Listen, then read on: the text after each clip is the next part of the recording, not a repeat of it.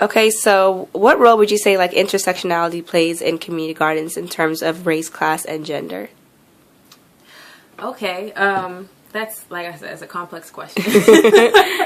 But it's kind of twofold, though. Mm-hmm. So it's one from the management side and one from the participants and people who are actually volunteering and or receiving the food. Mm-hmm. So for me, as a manager, intersectionality or race, class, and gender are important because I have to change who I am sometimes. It's kind of the double speak or the code switching or, you know, being very cognizant of my identity, you know, what it is and what it isn't in that moment. And throughout the season, this was my first season at this garden, and I've had some issues. One, I'm young, you know. One, so in terms of what people see when they see me, I'm young, you know, I'm black, I'm female, I come with a certain level of experience and a certain level of inexperience. And so all of those things played in from the management side because our volunteers most of them are older. A few of them are older white women who, it just is what it is. Yeah. Yeah. You know, then we have older black men and we have young people. And so all of our interactions are different based on how we're showing up. So the older white women just happen to be the most well-off out of everybody, you know, and then the older men, they come in various different economic strata. And so how we all relate in the garden is sometimes strained, you know, because we come from so many different backgrounds. And that's one of the beauties of community gardening, that it brings people together that may or may not have been across generational and economic lines. But it is one of the challenges as well to manage personalities and skill levels and interests and all of these things.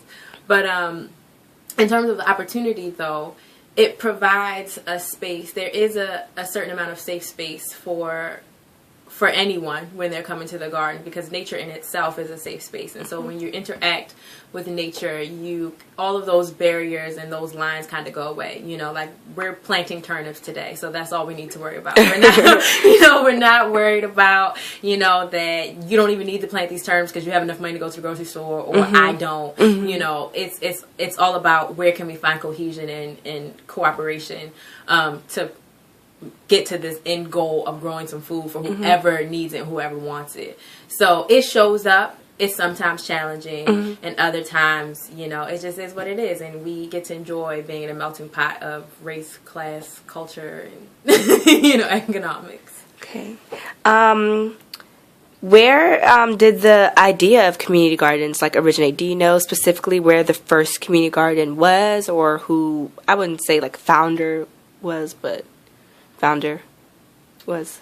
I think it's something that's always been with us. You know, the first occupation was the farmer, you know. So that the act of growing food is a community endeavor. Like, you can't, especially if we need people to do other things, you know, in terms of specializing and all of that. So when you are growing food, you need people to help you. And when you get those people in, you know, you guys, you talk and you know, you hang out and you sing songs and you tell stories, you talk about your children, like you talk about all types of stuff, and you build a community. And so I think this new age community gardening that we're doing now is only from our need for that, you know, opportunities for people to connect and to reconnect with both, you know, other humans and with the soil too. And so I don't know where it started. I mean, there are places that are more known for it than not. You know, you have your Vermonts and your Californias, and New York is popular. Like Detroit, they have a bunch, and a lot of people are doing some great work. Atlanta, there are a lot of community gardens, but I don't think anyone can claim the idea. Okay, that's true, because there is more like a historical one. All right, well, thank you.